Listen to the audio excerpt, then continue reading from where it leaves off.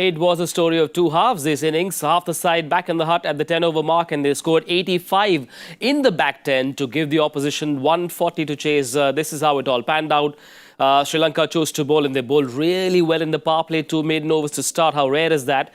And then, well, this is how it panned out. 2 youngsters, Shamim Hussain and Jaqar Ali, perhaps lending some kind of respectability to this total. Only 139 on the board. Will that be enough? We'll see. Dinesh Karthik and Harsha Bhogle in the house. How exasperating was this innings? I don't know if exasperating is the word I want to use. But as you said, it was a tale of two halves. The first half completely belonged to Sri Lanka. Yeah. And the second half salvaged to some extent by Bangladesh, which is what you expect in a rivalry. But is the score good enough? Well, I don't think so, but we'll see. But at this point of time, credit to Bangladesh for coming back in the game. They easily could have been bundled out for a much lesser score, and this game would have been a bit of a no-show. But good effort from the last 2 batters, Shamim and Jaqar, to take them to this not respectable but acceptable score. 86-run partnership gave us something to talk about in the mid-game show.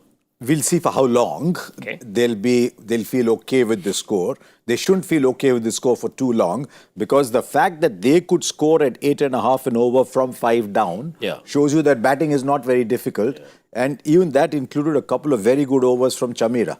Yes. So in doing so, they've actually ended up showing the other teams, you know what, if you get past that opening burst, there's runs to be had against Sri Lanka. I think it's largely because Pathirana had an off day and Shanaka is sort of iffy. Shanaka is at best 2-0, 3-0, whatever. He's not a frontline bowler. So I think they showed that runs could be scored. But if they win with this, then great for Bangladesh. They shouldn't be winning with this. It's also perhaps a reminder to anyone who's a lazy cricket viewer. If you haven't watched the game, do not judge the pitch by looking at the scorecard. How would you read this pitch? I think it's a very decent pitch to bat on. I still stick to the score that I predicted before the start of the game, which is 170, which I feel is a pass score. 170 is very, very achievable.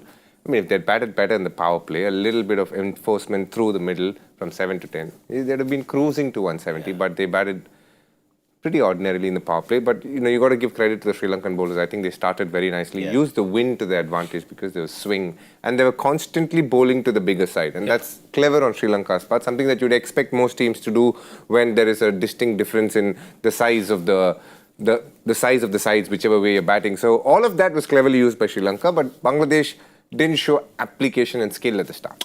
Right. This partnership, you know, the talk in Bangladesh, I suppose, is new captain, the big guns have moved out. This is the group of players that will take us into a new era. I don't know if these performances, these two, will win them this game, but it's good for the energy in the room at the halfway mark, right? They would believe a little bit more than they would have if they were all out for 70-odd. When you look at Bangladesh, the 3 big mainstays over a period of time in white ball cricket has been Mushfiqur, Shakib and Mahmudullah. They've been batting quite a bit through these middle overs, and they've seen quite a few collapses. Now, when a collapse like this happens, teams can absolutely bundle themselves out for a very paltry score. But today they found a way to hang in there, do a bit of the scoring at the back end and take the team to a total which can be fought with. Now, that is a good sign for sure. From Bangladesh point of view, they look at it and go, you know what, we were in a very precarious situation. From there, we have managed to salvage ourselves a little bit. What can we do with this, using this momentum going into the bowling aspect of things? So I feel they would be happy with what the last 10 overs, how it panned out for them. But the first 10 is a work in progress, and it's been a work in progress for some time now. Who looked more impressive to you, Jaqar or Shamim? Shamim started it off. They needed someone to break that the monotony, the rut that Bangladesh were in. Shamim started off that. He went in and started playing the shots. I've seen Jaqar Ali play these kind of innings for a while, where if they've lost early wickets, he'll give you 35 or 30 balls. I've also seen him go and play the quick innings. But I think it was Shamim who started it off in this case, definitely. What about those who started the innings with the ball? 2 maiden overs to start a T20 innings. How rare is that? You know, with the slingy action, you always get the ball to swing in to the left hand a little bit. But to go through 12 dot balls, 13 dot balls at the start, there was 7 for 2 after 4 overs. From there on, anything is good. From there on, really. It's not too often, if you look at that first 4 overs, they had 4 balls which were scored off, which is very rare to get. I mean, basically, you also have to go back to Bangladesh, and the first point that we discussed, they're not showing enough intent. And when they do want to show intent, they're actually falling more on the slide of slog sweep. I mean, slog. rather than trying to play shots which suit what the bowler is bowling. For example, if a Tushara is bowling, he's better off bowling to the left-handers because he targets the stump, gets the ball back in. So when you play a cross-padded shot early in your innings, when you don't understand the bounce of the pitch, then you're giving yourself enough and more opportunities to get out. A better shot would have been covering the line, walking in front and trying to go with a vertical bat down the ground. And then when he pulls his length back, go square. So the way you structure your innings is very important. If you see the first over, there were 2 half volleys there for him. He just punched it slowly to mid-off and then he put himself under pressure and then just went for a wild heave over mid-wicket, which is not how you want your opening batsman to start. And Tanzir Hussain and Imran have been around for some time. They've been, when I say some time, at least 13, 14 matches together. That is not the kind of shot you want to be playing up front because a swinging new ball is always the case, irrespective of any format. In T20, it's much lesser for 2 or 3 overs. In swinging in windy conditions like this, maybe for even longer. So you need to understand what are your most productive shots at that stage in the game. Take your pick, Harsha. You want to talk about Pathirana or Hasaranga? Oh, Hasaranga, because he did well. With Pathirana, he can be a slightly temperamental bowler. When he gets it right, he can be very, very good at the end. We've been talking about it, but his career economy rate is very high, which suggests that he doesn't always get it right. I don't know if with that action, it'll be very difficult for him because he will be a little injury prone. He's been that kind of player. I think he also needs a captain to put his arm around the shoulder. He seems to be. I don't know him well enough. He seems to me to be that kind of person. But if he has an off day, he goes like he did today. He goes for 10 and over. It was good to see Hasaranga find his groove. Experience. You can see with the way he's just come back from an injury, it's like duck to water. He's very comfortable in the Sri Lankan clothes, for sure. And he came in, he knew what his role was, which was to try and get wickets. He kept the googly in play, bowled the odd leg spin, and created a few opportunities straight from ball one. So that's what you expect from your lead bowler, and he delivered quite nicely today. That shot from the captain, Liton Das, would fans be justified in being upset? Or do you allow your captain the liberty to approach a moment like this the way he wants to? Because if it comes off, it looks great. In T20 cricket, you can't absolutely judge people because of some innovative shots they play. What you need to understand is whether it's a very intrinsic part of the game. If a reverse sweep is a shot he plays consistently, for example, let's take Glenn Maxwell. If he gets out to a reverse sweep, you can't be upset with him because that's a shot he also scores runs with, and he's so good at it that he puts enough and more pressure on the bowler to change up the field, and then he can use other shots that he has in his artillery. For Liton Das, if you did look at the highlights package that they put up, a couple of shots were reverse sweep that he got for boundaries in the previous game. So it's a shot that comes quite naturally to him.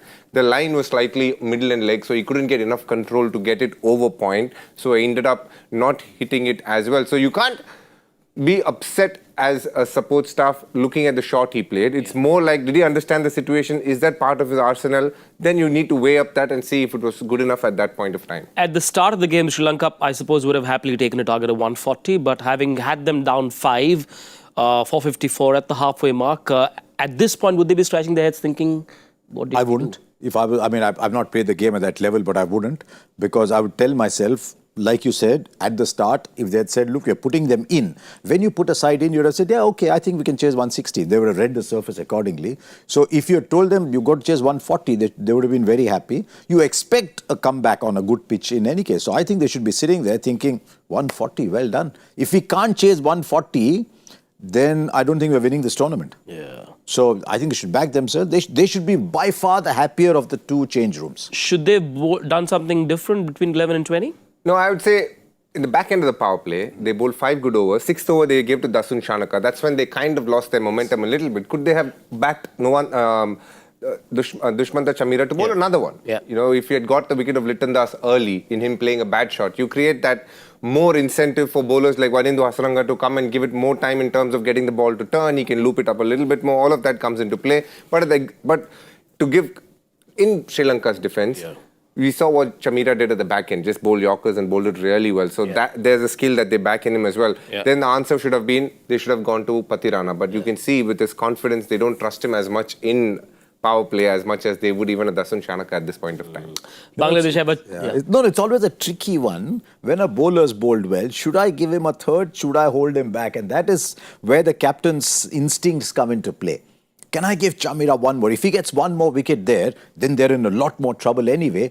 But I actually need him for the back end. It's the Bumrah issue in Indian cricket. Yeah. So do I give him one more? Do I not? The captains with an aggressive bent of mind would have given him one more because they would have been thinking one more wicket. Yeah. So it's always an instinct call for the captain.